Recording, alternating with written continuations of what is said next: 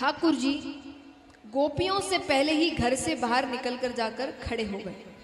उनको लगा जब घर से बाहर आएगी तब कोई तो सामने हो ना स्वागत करने के लिए। यहां भगवान ने गलती कर दी।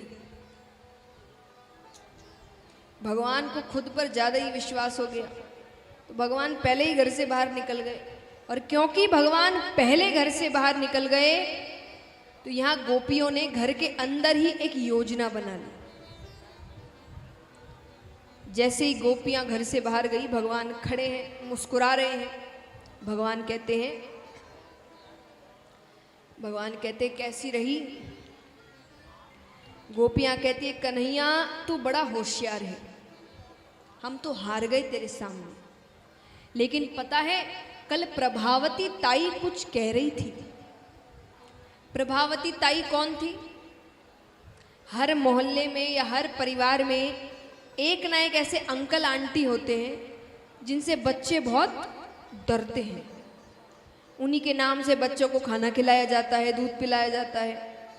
तो ब्रज में थी प्रभावती ताई, उनसे बच्चे बहुत डरते। यानी डरते माने बच्चों ने भले ही कोई गलती नहीं की है, अगर एक रास्ते से बच्चे जा रहे हैं और सामने से प्रभावती ताई आ रही है तो वो अपना रास्ता बदल लेंगे, पर उसके सामने नहीं जाएंगे। तो यहां गोपियां कहती है कि कल प्रभावती ताई कुछ कह रही थी। भगवान कहते क्या कह रही थी? बोले कह रही थी कन्हैया मेरे घर चोरी करने नहीं आता, तुम लोगों ने छूट दे रखी है उसको, ज्यादा मुझसे तो डरता है। भगवान कहते हैं मैं डरता हूं? भगवान कहते कल दोपहर को प्रभावती ताई के घर के पीछे आना, उनके घर का माखन खिलाऊंगा तुम्हें। ठीक है। अब गोपियां दौड़ी दौड़ी प्रभावती ताई के पास गई।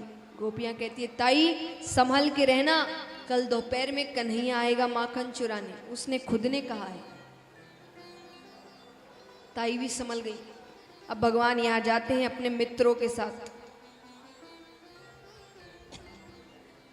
मधुमंगल, मुदमंगल, श्रीदामा सबके साथ भगवान जाते हैं। जाकर देखते हैं ताई के घर का दरवाजा खुला है। ठीक है, उनको लगा आस पड़ोस में गई होगी, पहले दरवाजे खुले रहे, इतना फर्क नहीं पड़ता था, सब दरवाजे खुले ही रहते थे। तो भगवान घर के अंदर चले गए। माखन के कमरे में जाते हैं तो माखन छीके पर रखा है। छीका यानी टंगा कर रखते, लटका कर ऊपर, तो छीके पर रखा है। अब ताई ने जानबूझकर जो सबसे ऊपर वाली मटकी है पहले वही उतारेंगे, तो उसमें माखन बहुत नीचे रखा है। उसके लिए यानी हाथ ज्यादा अंदर डालना पड़ेगा, जितना हाथ अंदर जाएगा उतनी देर लगेगी हाथ बाहर निकालने में। तो भगवान कहते कि चलो अपने अपनी जगह पर हो। तो नीचे श्रीदामा, फिर मुदमंगल, फिर मधुमंगल, सबसे ऊपर भगवान। भगवान मटकी पकड़ते हैं। पीछे से ताई सब कुछ देख रही है, पर उनको सही समय चाहिए, क्योंकि उनको सिर्फ कन्हैया से मतलब है और किसी को नहीं पकड़ना। तो भगवान मटकी के अंदर हाथ डालते हैं, अच्छे से हाथ अंदर कर रहे हैं। जब उनको लगता है कि अब इसको हाथ बाहर निकालने में समय लगेगा, तब ताई पीछे से सामने आती है। सामने आते ही नीचे से श्रीदामा दौड़ता है, मुदमंगल दौड़ता है, मधुमंगल दौड़ता है। जब तक भगवान हाथ बाहर निकाले तब तक नीचे से सब गायब। तो भगवान लटके रह गए। ताई कहती आज पकड़ में आया है। बड़ी इसकी माता कहती थी मेरा बेटा चोर नहीं है, चोर नहीं है, आज मैंने रंगे हाथों पकड़ा है। भगवान कहते ताई पहले मुझे नीचे उतार, वरना मैं गिर जाऊंगा, गिर गया तो मर जाऊंगा, और मर गया तो रोती रहना। ताई गोद में लेकर नीचे उतारती है, हाथ को कस कर पकड़ती है और लेकर आ रही है यशोदा मैया के घर की तरफ। भगवान कहते ताई मुझे छोड़ दे। ताई देख, सब देख रहे हैं, ताई सब कहेंगे नंदराय का छोरा चोर है। ताई कहती है कहेंगे, सबको पता है,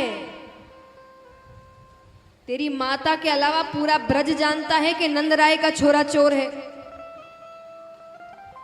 भगवान कहते अरे ताई बरसाने से किसी ने देख लिया तो मेरी शादी नहीं होगी।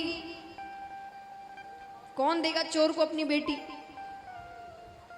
ताई सोचे बात तो सही है, कौन दे चोर को अपनी बेटी, पर आज नहीं छोड़ सकते, आज बड़ी मुश्किल से हाथ में आया है, वरना ये पकड़ा नहीं जाता कभी। भगवान कहते अच्छा एक काम करो, छोड़ो मत, आपका जो ये जो पल्ला है ना ये मेरे चेहरे पर डाल दो, आपको तो सिर्फ मैया को दिखाना है।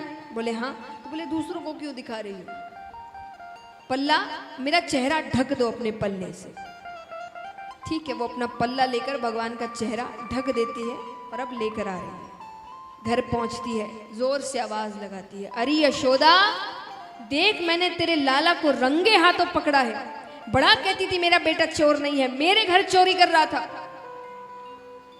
यशोदा मैया बाहर आती है, अरे ताई क्या कह रही हो, मेरा बेटा तो अंदर सो रहा है। ताई को लगा कि घर पर बोल के गया होगा कमरे में कि सोने जा रहा हूं और खिड़की से बाहर निकल गया होगा। ताई कहती है तो बुलाओ, कहां सो रहा है, बुलाओ उसे। यशोदा मैया ने आवाज लगाई, कन्हैया। थोड़ी देर बाद सामने कमरे से निकलकर भगवान आ रहे हैं, आंखें मसलते हुए, जैसे कितनी गहरी नींद से उठा दिया। भगवान कहते हैं हाँ मैया। यशोदा मैया कहती है देख लिया, सो रहा था ना, जबरदस्ती उसकी नींद खराब कर दी। अब यशोदा मैया भगवान को लेकर चली गई कमरे में। प्रभावती ताई के मुख से शब्द नहीं निकल रहे, इसीलिए नहीं कि कन्हैया सामने है, अब उसको लग रहा है अगर कन्हैया सामने है तो पल्ले के अंदर कौन है। अब वो बहुत डर कर वो पल्ला थोड़ा सा उठाती है। उन्होंने जो दृश्य देखा वो देखते ही बेहोश हो गई। पल्ले के अंदर प्रभावती ताई के ससुर जी,